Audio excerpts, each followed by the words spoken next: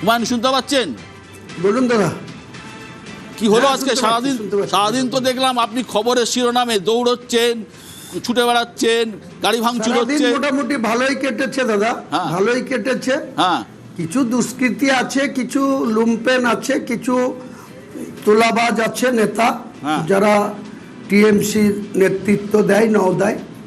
সেই সমস্ত গুন্ডা বাহিনী নিয়ে প্রথমে রাত ভোর গত রাত্রে পুলিশকে সঙ্গে নিয়ে, নওদার পুলিশের একটা অংশকে সঙ্গে নিয়ে রাত ভোর দুটো বুথ, যেটা শিবনগর, নওদা পঞ্চায়েতের শিবনগর দুটো বুথ, স্কুলে বুথ, সেই স্কুলের 9 এবং 10 নম্বর বুথ, সেখানে এত ভীত সন্তুষ্ট করেছিল রাত্রিবেলায়, যারা কেউ নিজেরা আমাদের পার্টির পক্ষ থেকে আমাদের ক্যান্ডিডেট হিসেবে যে এজেন্ট দিয়েছিলাম, সে এজেন্ট ভয় পেয়ে যেতে চায়নি। তো আমি 10টার আগে পৌঁছাই, তাদের দুজন এজেন্টকেই সেখানে যথারীতি প্রিজাইডিং অফিসারের কাছে বলে 10টার মধ্যে তাদেরকে ওখানে নিয়োগ করে দিই। নিয়োগ করে দিয়ে যখন বেরিয়ে আসি, তখন additional SP headquarter Baharampur Majid Khan, তার নেতৃত্বে নওদা পুলিশের বিশাল বাহিনী অফিসার এবং সেখানে কেন্দ্রীয় বাহিনীর সিআরপিএফ জওয়ানরা প্রেজেন্ট থেকে ওখানকার ওই যে নেতা ব্লক সভাপতি যে হাবিব মাস্টার ওরফে শফিউজ্জামান, সে গুন্ডা বাহিনী নিয়ে আবার অতর্কিত আমাদের বিরুদ্ধে সোচ্চার হয় এবং যেখানে ঢোকাই উচিত নাই তাদের, প্রশাসনের আগেই উচিত ছিল তাকে 100 গজের বাইরে রাখা, আর সে যে জটিলতা 144কে অগ্রাহ্য করে সে রাত্রে ভোর যেটা হুমায়ুন কমিশনের ভূমিকায় আপনি কি খুশি? হুমায়ুন কমিশনের ভূমিকায় আপনি কি খুশি? কমিশনের ভূমিকায় আমি যথেষ্টই খুশি এবং কমিশন সঠিক সিদ্ধান্ত, যে চ্যালেঞ্জ নিয়েছিল গত 2021-এ 8 দফা, 2024-এ 7 দফা আর 2026-এ 2 দফা, আজকে যে 152টা সিটে ভোট ছিল তার মধ্যে মুর্শিদাবাদ একটি বড় জেলা, যার সিট সংখ্যা 22। আপনি দুটো কেন্দ্রে লড়ছেন, রেজিনগর, নওদা, একটাতেও জিততে পারবেন কি? হ্যাঁ, দুটোতেই 50,000-এর উপরে মার্জিন রেখে তৃণমূলকে হারিয়ে দিয়েছি। 4 মে গণনা কেন্দ্রে থেকে রিপোর্ট পেয়ে যাবেন যে রেজিনগরে 80 থেকে 85,000 ভোটের মার্জিনে জিতব, আর নওদাতে 70,000 থেকে 75,000-এর মার্জিনে। 182টা কেন্দ্রে প্রার্থী দিয়েছেন, ভোটের আগে তো বহু প্রার্থী তৃণমূলে চলে যাচ্ছেন, অন্য দলে চলে যাচ্ছেন। 182 দিতেই পারিনি, আমাদের দলে একটা গদ্দার ঢুকেছিল, বসিরহাটের পীরজাদা খুবাই আমিন, সেই গদ্দার প্রথমেই 30টা প্রার্থী তৃণমূলের প্রতীক জৈন এবং সুমিত রায়ের সাথে কথা বলে প্রথমেই মনোনয়ন করতে দেয়নি, যেমন ভবানীপুর থেকে শুরু করে কলকাতা, হাওড়া, হুগলি, 2 24 পরগনা, বিভিন্ন জায়গায় সেটা করলো ওই গদ্দার খুবাই আমিন। তারপরে যখন 9 এপ্রিল যখন লাস্ট ফেজের ভোটের উইথড্র ডেট বা পার হয়ে গেল, তারপরেও আমার প্রার্থী ছিল 142টা প্রার্থীর মধ্যে, তারপরেও 25 জন প্রার্থীকে পারচেজ করেছে তৃণমূল কংগ্রেস। সুমিত রায়ের নেতৃত্ব দিয়েছে, প্রতীক জৈনদের মাধ্যমে কোনো প্রার্থীকে 30 লাখ, কোনো প্রার্থীকে 25 লাখ, কোনো প্রার্থীকে, আমার শুধু আম জনতা উন্নয়নের প্রার্থী তালিকায় নাম ওঠানোর পরে তাদের মনোনয়ন করতে 10,000 টাকা ডিসিআর আর 5,000 টাকা অ্যাডভোকেটের খরচা। আমি বুঝতে পারছি হুমায়ুন, আপনি ভোটের আগে একটা হেলিকপ্টার ভাড়া করেছিলেন, শোনা যায় হেলিকপ্টার নাকি একদিনের পর আর মানে ওড়ার পারমিশনই পায়নি, হেলিকপ্টার নাকি বসে বসে পয়সা নিয়ে চলে গেছে। আপনি কি প্রচারে প্রচন্ডভাবে শাসক দলের গা জ্বলছিল। হুমায়ুন কবির প্রথমে 4 মাসের মধ্যে একটা রাজনৈতিক দল, তার রেজিস্ট্রেশন, তার ফাইনাল লোগো মানে সিম্বল পাওয়া, তারপরে হেলিকপ্টার চাপছে, এটা তো শাসক দলের পায়ের পাতা থেকে মাথার চুল পর্যন্ত হিল ছিল এবং জ্বলে যাচ্ছিল। তাই দেব অধিকারী যেখানে সেখানে হেলিকপ্টার নামাতে পারে, কিন্তু আমার হেলিকপ্টার নামানোর জন্য যত জায়গায় হেলিপ্যাড তৈরি করা হয়েছে 2.5 লক্ষ 3 লক্ষ টাকা করে খরচ করে সেখানে এনওসি পাওয়া গিয়েছে, তারপরেও পিডব্লিউডি, ফায়ার ব্রিগেড, লোকাল থানা কেউ না 3 জন মিলে লাস্ট মুহূর্তে সকালবেলায় হেলিকপ্টার ল্যান্ড করবে, রাত্রি 10টার সময় পারমিশন রিজেক্ট করেছে। এইভাবে করে করে আমার হেলিকপ্টার 4 এপ্রিল থেকে প্রায় 16 এপ্রিল পর্যন্ত, 17 এপ্রিল পর্যন্ত স্ট্যান্ড বাই দাঁড়িয়ে থেকে 2 দিন কেবল উঠেছে। একদিন উত্তর দিনাজপুরের ইসলামপুরে, আর ওখান থেকে এসেছিলাম বীরভূমের রামপুরহাট, আর এখানে একদিন ল্যান্ড করে এখান থেকে ডোমকল। এই ছাড়া আমি হেলিকপ্টারের ভাড়া পেড করতে হয়েছে।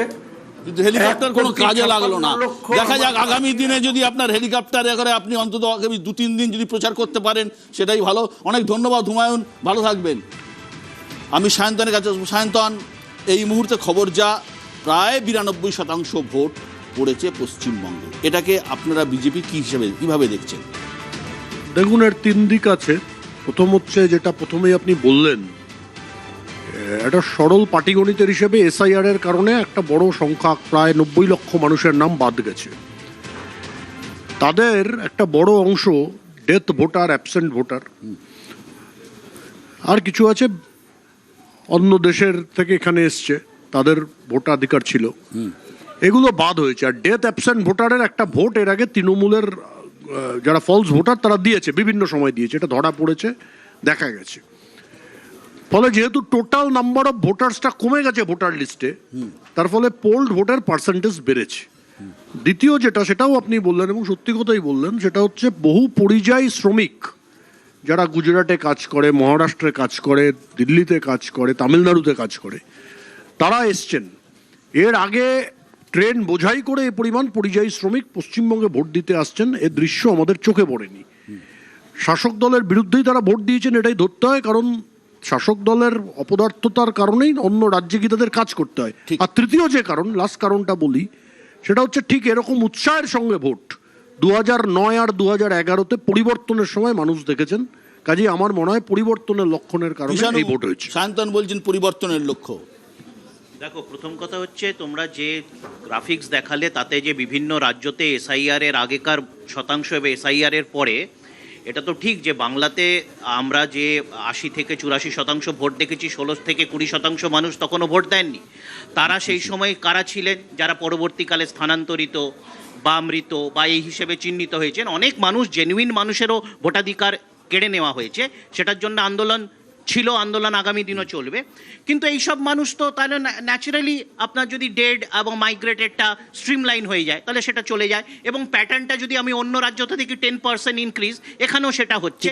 কিন্তু যেটা তাৎপর্যপূর্ণ যে এই 152টাতে আমাদের আজকে অভূতপূর্ব একটা আমরা মানুষের সাড়া পেয়েছি, যেখানে আজকে আমরা দলের তরফ থেকেও বলেছি 125 থেকে 134। আমরা কনফিডেন্ট যে আমরা এটা জয় করতে চলেছি, এবং নন্দীগ্রাম যেটা গতবার মানে লোডশেডিং করে যেটা আমাদেরকে হারানো হয়েছিল নেত্রীকে, সেটা আমরা পুনরুদ্ধার করতে চলেছি। এবং এখানে জাস্ট একটা বলে দিই যে যার ইন্টারভিউ, আমি আসছি, এই মুহূর্তে আমার সঙ্গে রয়েছেন নিশীথ প্রামাণিক। নিশীথ শোনা যাচ্ছে?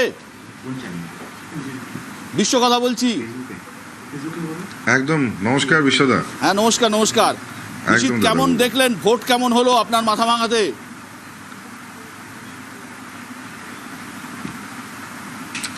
দেখুন দাদা, প্রথম সকালে যখন বেরিয়েছি বাড়ি থেকে আমি 6টার সময়, তখন আপনার ক্যামেরাম্যান এবং সাংবাদিক ছিলেন আমার সঙ্গে, তখনই বলেছিলাম যে 91-এর উপরে মানে আমাদের পার্সেন্টেজ ভোট কিন্তু হতে চলেছে। তো এবং স্বাভাবিকভাবেই আমরা যতগুলো বুথে গিয়েছি ওই সকাল 6টাতেই, তো যেভাবে আমরা দেখেছি, যেমন যারা নিউ ভোটার, ফার্স্ট ভোটার যারা, তাদের যেমন ভিড় দেখেছি, পাশাপাশি যারা মাইগ্রেন্ট লেবার ধরুন বাইরে কাজ করে, তাদের কিন্তু 100% লোকই এবারে ভোটটা দেওয়ার জন্য শত কষ্ট করে হলেও ফিরে এসছে। আমরা দেখেছি কেরল, রাজস্থান এবং কর্ণাটকা থেকে যখন লেবাররা ফিরছিলেন, সেই সময় ট্রেনের টিকিট না পেয়েও, রিজার্ভেশন ছাড়াও সমস্ত মানুষ এই গরমে এত কষ্ট করে ফিরছিলেন, অথচ প্রত্যেকের জয় শ্রীরামের নারাটা কিন্তু প্রত্যেকের মুখে ছিল। ইভেন স্টেশনে নেমে তারা যখন বাড়ি যাচ্ছিলেন, সেই সময় প্রত্যেকে জয় শ্রীরামের ধ্বনি ধ্বনি দিতে দিতে গিয়েছে। এবং আজকেও অদ্ভুত ঘটনা, যখনই যে পোলিং স্টেশনে পৌঁছেছি সেখানে কেউ ফিসফিস করে হলেও জয় শ্রীরাম বলছে, কেউ বা আবার সাহস করে জোরে বলছে। তো পুরো ব্যাপারটা মিলিয়ে এটা অনুভব করেছি যে মানুষের মধ্যে মানুষের মধ্যে জোশ এবং ঊর্জা যেমন আছে, ঠিক একই রকম ভাবে মানুষ চায় যে পশ্চিমবঙ্গেও রাম রাজত্বের যে আস্বাদন সেটা মানুষ করতে চায়। দিনহাটায় দাঁড়ানোর অপশন ছিল আপনার কাছে, আপনি দিনহাটা ছেড়ে মাথাভাঙায় এসে দাঁড়িয়েছেন। আপনার দিনের শেষে, ভোটের শেষে কি মনে হচ্ছে সিদ্ধান্তটা ঠিক না ভুল?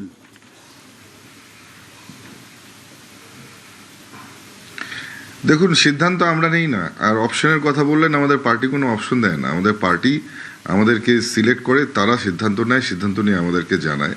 এবং আপনারা জানেন যে আমরা নিজেদের থেকে যেমন দেশকে সবার আগে দেখি, ঠিক একই রকমভাবে আমরা নিজের থেকেও পার্টির কথায় গুরুত্ব বেশি দিই। দিনাটায় আমি এর আগেও পার্টির কথায় দাঁড়িয়েছিলাম, সেখানে জিতেছিলাম এবং পার্টি আমাকে রিজাইন দিতে বলেছিল, তাই দিয়েছিলাম। এবং আমি রিজাইন দিয়েছিলাম বলেই না উদয়ন গুহর মতন লোক এরা বাই ইলেকশনে জিতেছিল। একবার তো আমি হারিয়েছি, এবার আমার ভাই হারাবে, অজয় রায় সেখানে রয়েছে, নিশ্চিতভাবে এবার আমার ভাইয়ের কাছে ওকে হারতে হবে। আপনার বিরুদ্ধে তৃণমূল টাকা বিলির অভিযোগ করছে, কি বলবেন? দেখুন, টাকা বিলি করতে হয় না। যেখানে একটা সেলফি উঠতে পরেই ভোট, মানুষ আমাকে ভোট দিয়ে দেয়, সেখানে টাকা বিলির কি দরকার? লোকসভা ভোটে জিতে আপনি দেশের স্বরাষ্ট্র প্রতিমন্ত্রী হয়েছিলেন। এই বিধানসভা ভোটের পর নিশীথ প্রামাণিকের রাজনৈতিক ভবিষ্যৎ কি?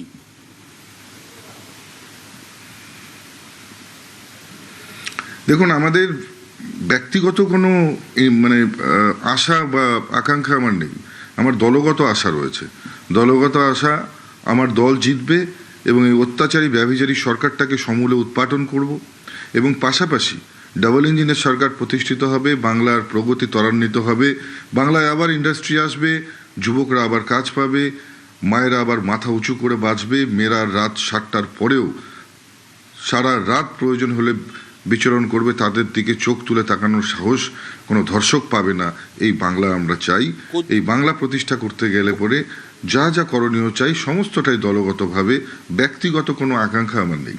কোচবিহারে 9টার মধ্যে কটা সিট আপনারা জিততে পারবেন?